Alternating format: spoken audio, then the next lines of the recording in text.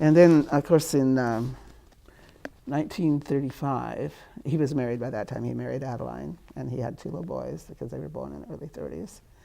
And he had this car accident over by Belle Plaine. He tells about it in his book, in the several books that he had written.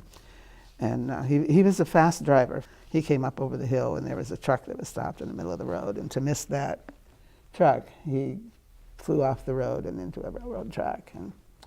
And of course, by the time they got into the hospital, the doctors declared him dead.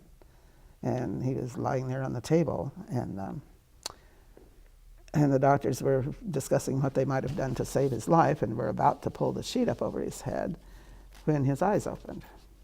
And they got busy and managed to save him. He was paralyzed on one side for about 2 years before he finally got over that, with the help of a chiropractor, actually. So, but anyway, while he was out and supposedly dead those 10 or 15 minutes, his whole consciousness, he found himself up next to the ceiling, looking down on his body and hearing the doctors talk about him.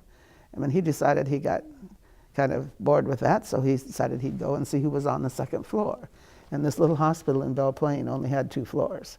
And the top floor was where they kept their patients. So he went up there, looked in all the rooms, didn't find anybody.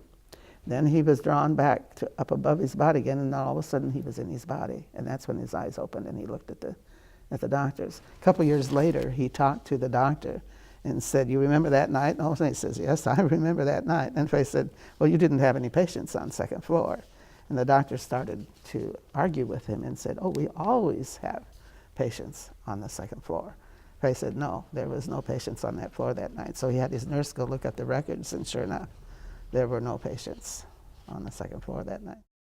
And he knew that there was life after death because he was out of his body, and he knew you lived on.